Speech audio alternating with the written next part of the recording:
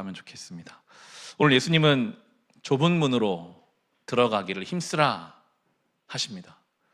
그런데 그 좁은 문으로 들어가는 그 일은 우리의 힘씀보다는 그 좁은 문 앞에서 기다리고 계시는 그 주인께서 허락하셔야 가능하다라고 오늘 본문이 말씀하고 있어요. 우리 24절 25절을 보시면요, 너희는 좁은 문으로 들어가 힘써라. 내가 너에게 말한다. 들어가려고 해도 들어가지 못하는 사람이 많을 것이다.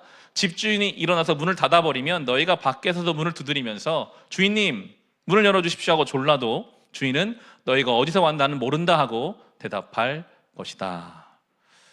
좁은 문으로 들어가는 것은 우리가 열심히 해가지고 노력해가지고 절제해가지고 들어가는 것이 아니라는 것입니다.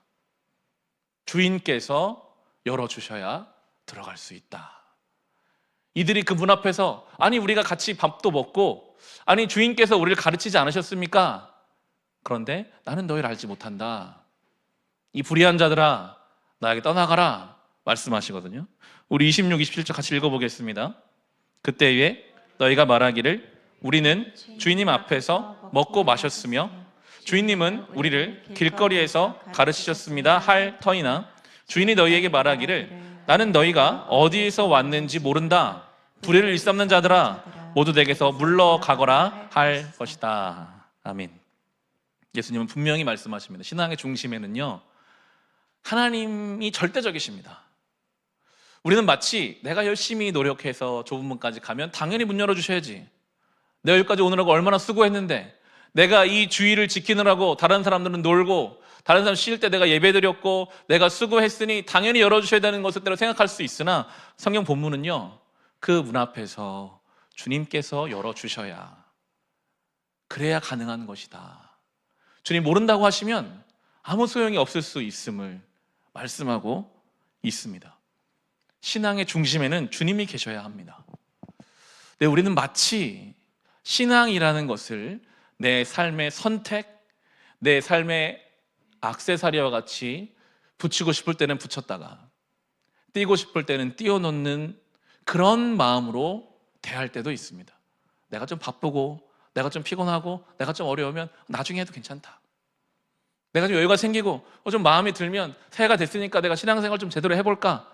그런 식으로 주님을 대하지 말라라고 말씀하시는 거죠. 신앙의 중심에는 주님이 계셔야 하는데요. 이 병행 구절이 되는 마태복음 7장 21절로 23절은 더 강하게 말씀하는, 제가 읽어드릴게요. 나더러, 예수님이 이렇게 말씀하셨어요. 나더러 주님 주님 하는 사람이라고 해서 다 하늘나라에 들어가는 것이 아니다. 하늘에 계신 내 아버지의 뜻을 행하는 사람이라야 들어간다. 그날에 많은 사람이 나에게 말하기를 주님 주님, 우리가 주님의 이름으로 예언을 하고 주님의 이름으로 귀신을 쫓고 주님의 이름으로 기적을 행하지 않았습니까? 할 것이다.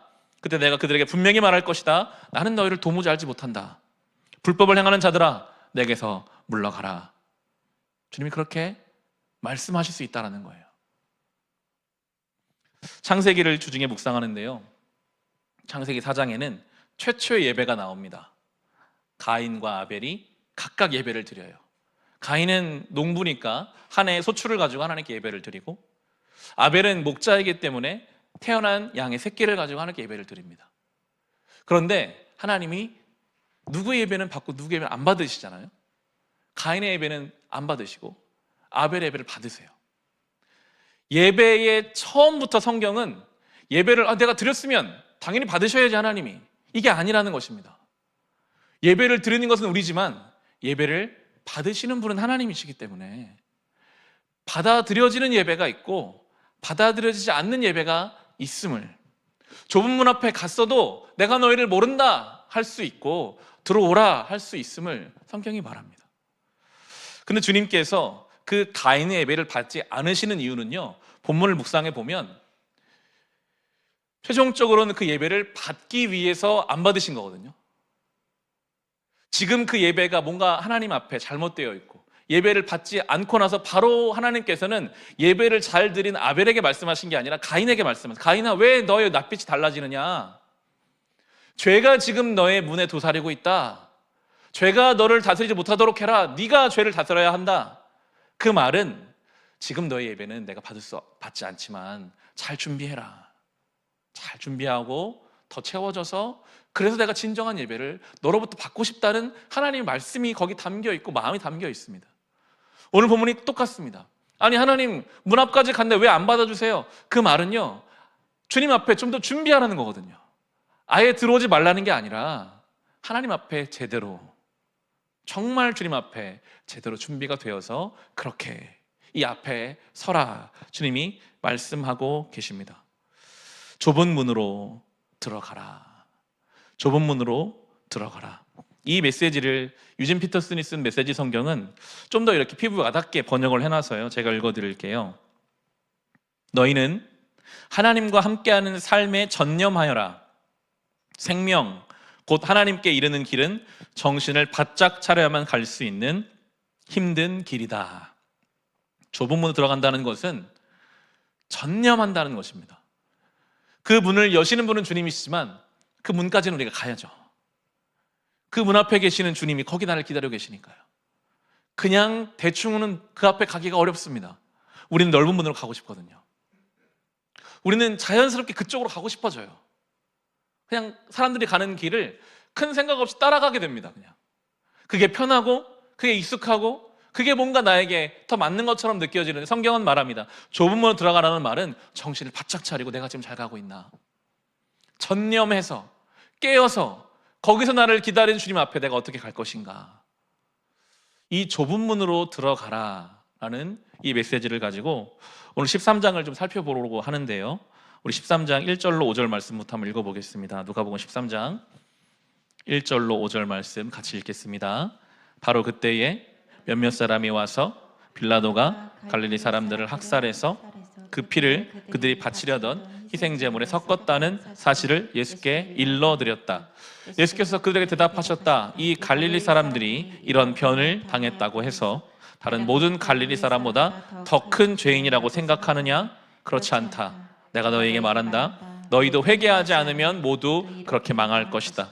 또 실로암에 있는 탑이 무너져서 치어 죽은 18사람은 예루살렘에 사는 다른 모든 사람보다 더 많이 죄를 지은 사람이라고 생각하느냐? 그렇지 않다. 내가 너희에게 말한다. 너희도 회개하지 않으면 모두 그렇게 망할 것이다. 아멘. 예수님 당시에 그 본디오 빌라도가, 로마에서 온 총독이, 그들의 입장에서는 참 불의하고 폭력적인 지도자가 갈릴리 사람들을 학살했습니다. 그리고 그 피가 온전하게 하나님 앞에 드려져야 할 그 희생 제물에 섞여버리는, 아마 성전 안에서의 살인 사건으로 봅니다. 통치를 위해서 뭐 여러 이유가 있었겠죠. 그들을 그렇게 죽이는 일이 있었습니다. 사람들이 와서 묻는 거예요. 아니, 그들의 죽음이 도대체 그들의 죄 때문입니까? 그들이 얼마나 죄를 지었으면 그렇게 성전 안에서 죽임을 당합니까? 또 한 마음으로는 그럼 하나님 뭐 하셨습니까? 그들이 그렇게 죽을 동안 하나님은 살아계셨다면 왜 빌라도로부터 그들을 지켜주지 않으셨습니까? 뭔가 이런 뉘앙스의 질문이었기에 예수님이 대답하셨겠죠. 예수님이 그렇게 말씀하세요. 그 사람들이 더 죄인이기 때문에 그런 일을 당했다고 생각하느냐? 그렇지 않다. 예수님이 분명히 말씀해요. 그렇지 않다. 그리고 한 예를 주님이 또 드십니다. 오히려 예수님이 이 얘기를 꺼내시는데, 실로암에 있는 탑이 무너져서 18명이 죽었어요. 그 일을 가지고 사람들이 수군수군 됩니다. 저 사람들 도대체 무슨 죄를 지었길래 하나님은 저들을 저렇게 죽이셨나? 또 예수님 말씀하세요. 그들의 죄를 더 지어서 죽은 것이 아니다. 그렇지 않다. 너희도 회개하지 않으면 그렇게 망할 것이다 하십니다. 예수님 당시는 사람들이 나병 같은 지독한 질병이나 앞서 언급된 억울한 죽음, 사건과 사고로 말미암아 목숨을 잃으면 다 하나님께 저주받은 것으로 생각했습니다.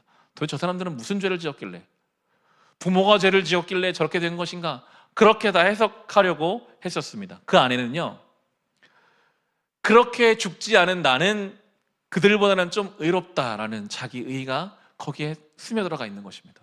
내가 그들보다 좀 낫겠구나. 나는 살아있으니까. 나는 그렇지 않았으니까. 그런데 예수님은 딱 잘라서 말씀, 그런 것이 아니다. 그들이 죄를 더 지어서 그런 일을 당한 것이 아니다. 이 이야기가 지금 우리가 사는 시대의 이야기잖아요.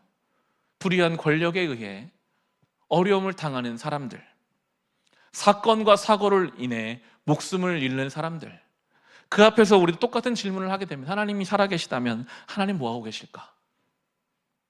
그들이 그렇게 죽은 것은 그럼 그들의 죄 때문일까? 우리는 이것을 어떻게 생각해야 할 것인가? 예수님의 말씀 속에서 답을 찾아볼 수 있는데요, 예수님께서는 명쾌하게 그들의 죽음에 대해서 이야기하지 않으세요. 왜 그들이 그런 일을 당했다, 그런 얘기하지 않으세요. 대신에 각자의 삶의 회개의 문제로 결론을 지으세요. 우리가 여기서 읽어낼 수 있는 메시지가 있다면, 우리의 삶에 일어나는 그 모든 일들을 우리가 봄에 있어서 때로 우리는 마치 우리가 하나님의 생각을 아는 것처럼, 아, 이건 이래서 저렇고 저건 저래서 저런 거니까 이건 저 사람의 죄고 이건 이런 것이다라고 말할 수가 없다라는 것입니다. 여러분, 우리는 그런 존재가 아닙니다. 하나님의 일하심을 함부로 판단할 수 없습니다. 우리는 알 수 없습니다. 우리가 안전하게 할 수 있는 것이 있다면 그 모든 일들을 보며 나를 생각하는 것입니다. 내가 저런 일을 당하지 않을 법이 없는데, 죄로 따진다면 나도 죄인인데, 내 하나님은 나를 오늘 살려두셨다면, 이 해를 나에게 주셨다면, 그럼 나는 어떻게 살아갈 것인가? 욥기에서 욥의 친구들이 와가지고 욥한테 그렇게 이야기해요. 욥이 한날에 자녀들이 다 죽고 재산을 다 잃고 건강까지 잃은 상태였습니다. 친구들이 와서 그렇게 말합니다. 회개해라. 너 죄 지은 거 있으니까 하나님 벌 주신 거 아니냐. 그런데 만약 그 논리가 맞다면 욥이나 욥의 친구들이나 다 죄인입니다. 하나님 앞에서 다를 바가 없습니다. 그럼 그들도 똑같은 일을 당했어야죠. 근데 그렇지는 않았거든요. 우리는 우리의 삶에 일어나는 그 모든 일들 속에서 그럼 나는 어떻게 살 것인가? 하나님 앞에 나는. 그래서 예수님이 이 본문 바로 이어서 6절부터 9절에 보면 회개에 대한 비유를 이야기하세요. 그들이 왜 죽었는지, 하나님의 뜻이 무엇인지를 설명하지 않으세요. 때로 설명되지 않는 일들이 많거든요. 그런 것들, 설명되지 않는 것들의 마음을 쓰느라 하나님을 향해 삐뚤어진 마음을 갖지 말고 오늘 살게 하신 너의 삶에 대해 회개할 내용을 돌아보라고 이야기하십니다. 우리 6절로 9절 말씀 같이 한번 읽어보겠습니다. 예수께서는 이런 비유를 말씀하셨다. 어떤 사람이 자기 포도원에다가 무화과 나무를 한 그루 심었는데 그 나무에서 열매를 얻을까 하고 왔으나 찾지 못하였다. 그래서 그는 포도원지기에게 말하였다. 보아라, 내가 새해나 이 무화과 나무에서 열매를 얻을까 하고 왔으나 열매를 본 적이 없다. 찍어버려라. 무엇 때문에 땅만 버리게 하겠느냐. 그러자 포도원지기가 그에게 말하였다. 주인님, 올해만 그냥 두십시오. 그동안에 내가 그 둘레를 파고 거름을 주겠습니다. 그렇게 하면 다음 철에 열매를 맺을지도 모릅니다. 그때 가서도 열매를 맺지 못하면 찍어 버리십시오. 아멘. 회개의 기회, 그들이 왜 죽었는지, 그 죽음의 의미가 무엇인지 예수님이 말씀을 안 하세요. 그리고 그냥 이 비유를 말씀하세요. 3년의 시간을 기다린 농부가 있습니다. 당연히 무화과 나무의 열매를 기대했죠. 그런데 1년을 기다려도 2년을 기다려도 3년을 기다려도 열매가 없습니다. 이것은 찍어버려야 맞습니다. 그런데 포도원지기가 한 번 더 요청하죠. 제가 거름도 잘 주고 한번 잘 키워보겠습니다. 한 해만 더 열매를 기다려보시면 어떻겠습니까? 하나님이 우리를 이 땅에 심으시고 우리에게 반드시 어떤 열매를 기대하십니다. 사건과 사고, 수많은 일들을 통해서 하나님 뭔가를 해 가시죠. 우리는 다 알 수 없어요. 그런데 그것들을 보면서 나에게 원하시는 어떤 열매가 있습니다. 우리의 개인적인 일이든 우리가 사는 시대의 일이든 이 모든 것을 통해서 내가 깨닫기를 원하는 어떤 것들이 있습니다. 근데 그것이 1년이 지나고 2년이 지나고 3년이 지나도 못 깨닫는 거예요. 우리가 하나님이 내 인생에 어떤 상처를 주시고 하나님 내 인생에 어떤 사람을 주셔서 정말 그게 나를 힘들게 만드는 어떤 일이 있을 수 있습니다. 근데 그 일은 그냥 그 일 자체로만 것이 아니라 그걸 통해 나에게 원하시는 어떤 열매가 있을 수 있거든요.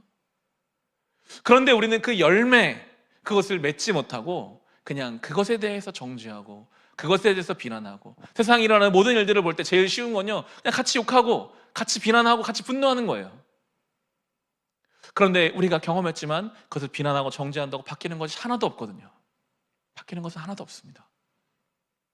그 문제 속에서 그럼 나는 하나님이 혹 이 일들 가운데 나에게 지금 몇 년째 기다리고 계신 열매가 있지는 않을까?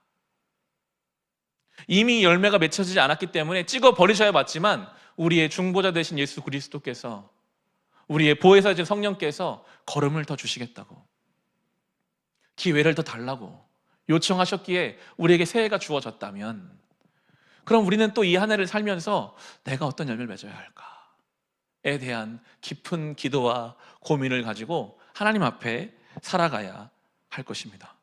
그것이 바로 좁은 문을 들어간다는 것입니다. 좁은 문으로 간다는 것은 그런 것입니다. 모든 문제를 나에게 끌어오는 거예요. 이것은요, 별로 기분 좋은 일은 아니거든요. 부인하고 싶고 도망가고 싶습니다. 그러나 오늘 예수님은 분명히 말씀하세요. 너희도 똑같은 죄인이다. 회개하지 않으면 그렇게 될 것이다. 그 말은 그 문제를 통해서 나의 모습을 하나님 앞에 세워보라는 거거든요. 그것이 좁은 문으로 들어가는 우리의 삶이 될 것입니다. 이어지는 10절로 13절도 우리 같이 한번 읽어보겠습니다. 예수께서 안식일에 회당에서 가르치고 계셨다. 그런데 거기에 18해 동안이나 병마에 시달리고 있는 여자가 있었는데 그는 허리가 굽어 있어서 몸을 조금도 펼 수 없었다. 예수께서는 이 여자를 보시고 가까이 불러서 말씀하시기를 여자야, 너는 병에서 풀려났다 하시고 그 여자에게 손을 얹으셨다. 그러자 그 여자는 곧 허리를 펴고 하나님께 영광을 돌렸다. 아멘.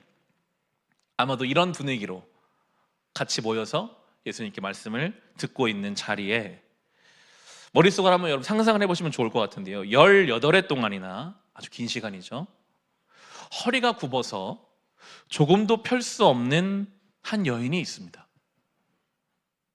그가 옷을 제대로 입을 수 있었을까요? 그가 그 접혀진 부분을 제대로 씻지 못해서 그의 육신에서 어떤 냄새가 났을지, 사람들이 당연히 그 여인을 정상적으로 친밀하게 대하지 못했을 가능성이 높은 그 여인,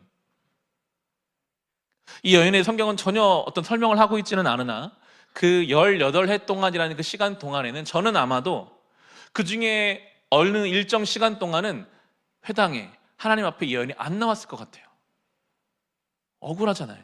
아니 하나님, 내가 뭐 대단한 거 달라는 것도 아니고요, 나도 그냥 다른 사람처럼 그냥 걷게만 해달라고 내가 그렇게 간구했는데 나는 왜 여전히 이렇게 구부리는 삶을 살아야 합니까? 그 원망이 당연히 하나님께 있었겠죠. 나는 그러면 하나님이 없다라고 생각하고 살 겁니다. 아니, 하나님이 계시다면 나는 그런 하나님을 믿고 싶지도 않습니다. 뭔가 그런 마음의 시간들도 있었을 것 같습니다. 그런데 지금 이 여인은 그 시간들을 다 거쳐서 주님 앞에 나와 있습니다. 그리고 예수님이 오늘 이 여인을 부르시죠. 가까이 불러서 말씀하시기를 여자여, 너는 병에서 풀려났다 하시고 말씀만 하신 게 아니라 손을 얹으셨어요. 그러자 허리가 펴지고 그 여인이 하나님께 영광을 돌립니다. 그 18해라는 시간이 왜 그렇게 주님이 이렇게 고치실 수 있는데 왜 그 시간을 주셨는지 우리는 알 길이 없으나, 그러나 우리의 믿음은 그 시간이 필요했다라는 믿음. 때가 되면 주님이 가까이 불러서 말씀하십니다. 이제 너는 이 놓여졌다, 풀려났다. 그리고 손을 얹으실 때 이 여인이 손을 얹으신 예수님께 영광을 돌린 게 아니라 하나님께 영광을 돌립니다. 그 모든 과정 속에 함께 하셨던 그 하나님에 대한 이해 속에서 하나님께 영광을 돌리게 되죠. 본문을 묵상하고 준비하면서요, 저도 그런 소망함과 사모함이 생기더라고요. 우리의 교회와 우리의 신앙생활도 이런 일들이 날마다 일어나기를, 우리의 삶에도 마치 18해 동안이나 구부러져 있었던 그 여인의 모습처럼 우리의 삶에 구부러진 어떤 것들이 있어요. 하나님 앞에 그렇게 간구했는데도 하나님이 듣지 않으시는 것처럼 느껴지는 어떤 부분들이 있어요. 그것 때문에 때로 하나님께 뾰족한 마음이 들기도 했었고, 하나님에 대해서 뭔가 이해되지 않는, 그럼에도 오늘 또 우리가 주님 앞에 나와 있을 때 언젠가 때가 되면 말씀이 들려지고 가까이 오게, 가까이 와라. 너는 이제 풀려났다. 그리고 주님이 안수하실 때 그 구부러진 것이 펴지고 하나님께 영광을 돌리게 되는, 이것이 신앙생활의 생명력이라고 할 수 있습니다. 모든 영역에 있어서 이러한 것들이 경험되어지는 것, 그것이 복음의 능력이죠. 그런데 이 일이 일어나는 같은 현장에는 또 다른 사람들이 있었습니다. 우리 14절로 17절 말씀 같이 한번 읽어보겠습니다. 그런데 회당장은 예수께서 안식일에 병을 고치신 것에 분개하여 무리에게 말하였다. 일을 해야 할 날이 엿새가 있으니 엿새 가운데서 어느 날에든지 와서 고침 받으시오. 그러나 안식일에는 그렇게 하지 마시오. 예수께서 그에게 대답하셨다. 너희 위선자들아, 너희는 저마다 안식일에도 소나 나귀를 외양간에서 풀어내어 끌고 나가서 물을 먹이지 않느냐? 그렇다면 아브라함의 딸인 이 여자가 18해 동안이나 사탄에게 매여 있었으니 안식일에라도 이 매임을 풀어줘야 하지 않겠느냐? 예수께서 이 말씀을 하시니 그를 반대하던 사람들은 모두 부끄러워하였고 우리는 모두 예수께서 하신 모든 영광스러운 일을 두고 기뻐하였다. 아멘. 회당장이 있습니다. 예수님이 기적을 행하시는데 하나님 영광이 일어나고 있는데 한편에서는 분개합니다. 분개. 회당장은 그 어떤 사람보다 종교적인 열심이 있는 사람이었을 것입니다. 성경에 박식하고 예배를 다 지키고 그의 작은 것 하나까지 11조를 계산해서 하나님께 드리는 이 회당장에게는 안식일은 하나님께 온전히 드리기 위해서 아무것도 안 해야 되는 날이고, 그는 평생 그렇게 산 것을 자기의 신앙의 중요한 것을 생각하는데, 그런데 뭔가를 지금 안식일에 하는 거예요. 그게 마음에 안 들어요. 신앙이라는 포장지로 자기의 고집, 자기의 삶의 어떤 수고를 거기에 이렇게 안식일을 거룩하게 지켜온 자기의 그 공로를 가지고 있고 그걸 자기의 신앙적 프라이드로 삼았는데 뭔가 안식일에 뭔가 하는 것이 그에게는 분노로 느껴집니다. 아니 안식일에 왜 뭘 하느냐? 다른 날에 가서 해라. 신앙인 것 같으나 그건 자기 고집이고요. 아주 하나님 앞에서 교만한 일입니다. 하나님의 본체이신 예수 그리스도가 옆에 와 계신데도 그분을 향한 신앙이라는 이름으로 그분을 반대하고 있어요. 이 회당장을 보면서요, 많은 경계심을 갖게 되었습니다. 내가 그렇게 되지 않기를. 우리는 신앙의 연수가 쌓여갈수록 때로 내 신앙이 완전히 완벽하다라고 생각할 때가 올 수 있습니다. 하나님은 무한하신 분이기 때문에 오늘 이 회당장을 예수님이 일부러 깨뜨리시거든요. 위선자야. 아니 이 안식일에도 목마른 가축이 있으면 너희가 먹이지 않냐? 이 아브라함의 딸이 지금 사탄에 매여 18해 동안 고생하고 있는데 당연히 놓아주는 게 맞지 않겠느냐? 이 말을 듣고 그가 부끄러워지거든요. 주님은 그렇게 우리를 가르치십니다. 우리를 깨뜨리십니다. 우리가 신앙이라고 생각했던 것들, 이게 맞다고 생각했던 것들도요, 하나님 워낙 크시기 때문에 저는 그렇게 기도하게 되더라고요. 하나님, 제가 마지막 그날까지도 주님 앞에서 겸손하게 해주십시오. 늘 열려있고 유연하게 해주십시오. 내가 하는 신앙이 전부인 것처럼, 내가 너무나 맞기 때문에 나와 다르면 틀린다고 그러다가 예수님께 반대하는 이 회당장처럼 되지 않게 해주십시오. 그 무리를 생각해 봅니다. 예수님이 막 기적을 베푸실 때 사람들이 예수님이 그 기적이 신기하잖아요. 그런데 그 자리에서 제일 권위 있는 회당장이 아니 왜 안식일에 뭐 하냐? 그러니까 사람들의 마음이 또 아마 이쪽으로 쏠렸을 거예요. 아 그렇지, 이 안식일에 뭐 하면 안 되는데 저 예수라는 사람이 잘못했네. 진리가 옆에 있어도요, 큰 소리로 뭔가를 막 외쳐대면 이 사람이 머뭇거리게 됩니다. 이게 맞는 것 같고 저게 맞는 것, 그렇습니다. 그런데 오늘 결론적으로 예수님이 모든 것을 명확하게 하실 때 예수님께 반대한 자들은 부끄러워졌고 거기 있는 나머지 모든 사람들은 다 기뻐하게 되었습니다. 여러분, 이것이 신앙의 결론입니다. 진리에 반대되는 것들은 부끄러워질 것이고 그 진리 안에서 기쁨을 누리는 것이죠. 우리가 살아가는 세상은 우리에게 수없이 마치 이 회당장이 소리를 지르는 것처럼 아니 왜 안식일에 뭘 하느냐? 그 논리가 나름대로 논리성이 있잖아요. 맞는 것 같잖아요. 그런 것들이 우리 귀에 들어올 때가 있어요. 우리는 수없는 매체를 봅니다. 유튜브를 통해서, 이 사람 저 사람의 이야기를 통해서. 그것이 크게 들려오면 진리가 우리 안에 있음에도 불구하고 거기에 혹할 때가 있습니다. 이것이 맞나? 그렇게 되는 것이 맞나?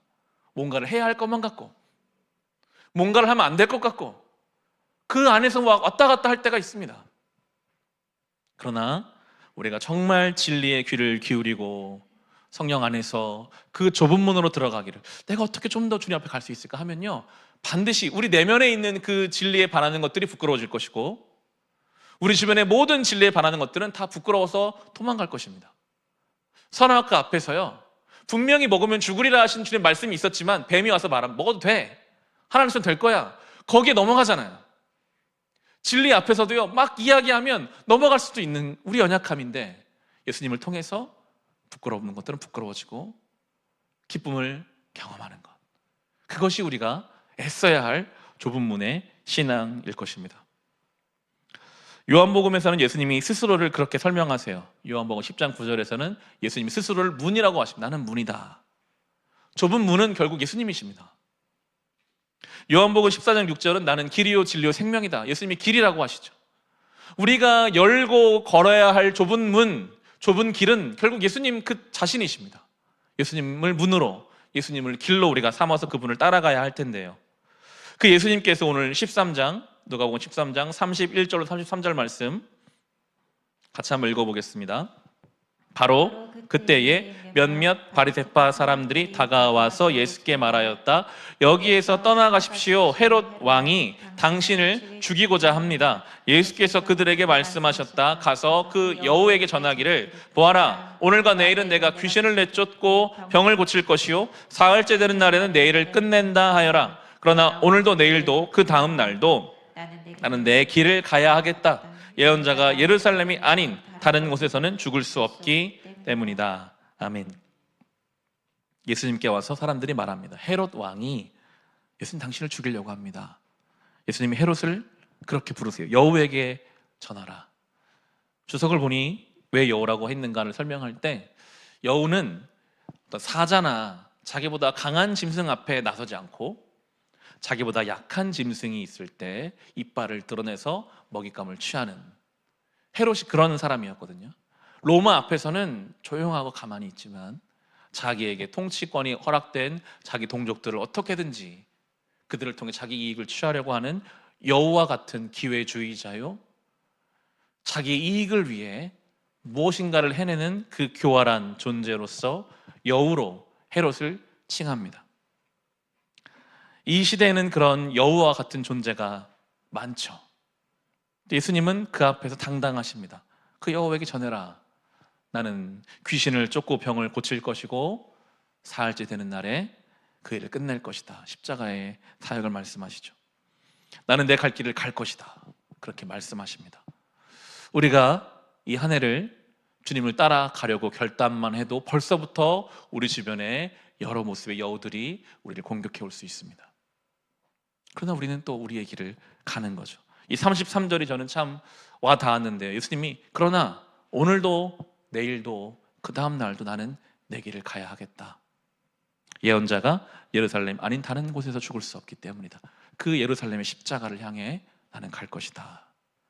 아무리 누가 뭐라고 해도 나는 오늘도 내일도 그 다음 날도 내 길을 가겠다 하십니다.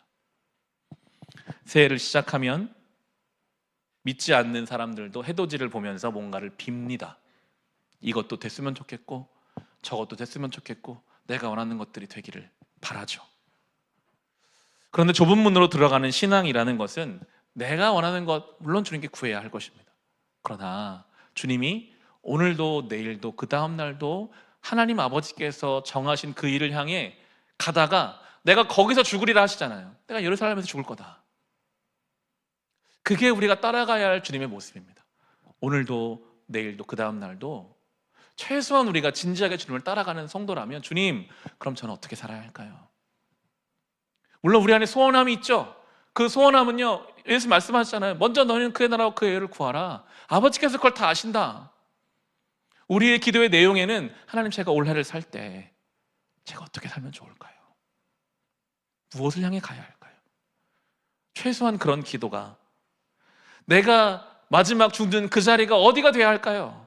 예루살렘으로 향해 내가 가서 죽을 것이다 예수님 말씀하신 것처럼 우리가 언젠가 이 땅을 살다가 언젠가 죽음의 문을 통해 주님께로 갈 텐데 그 자리가 어디가 돼야 할까요?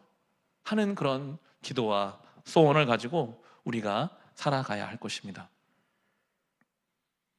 오늘 13장 30절 본문을 보시면 보아라, 꼴찌가 첫째가 될 사람이 있고 첫째가 꼴찌가 될 사람이 있다 하십니다.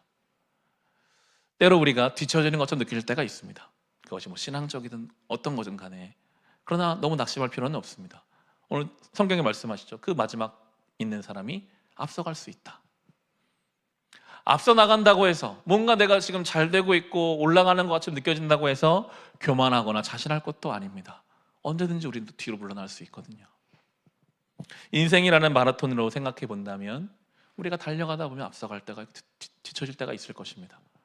중요한 것은 우리의 페이스를 유지하며 완주하는 것이겠죠.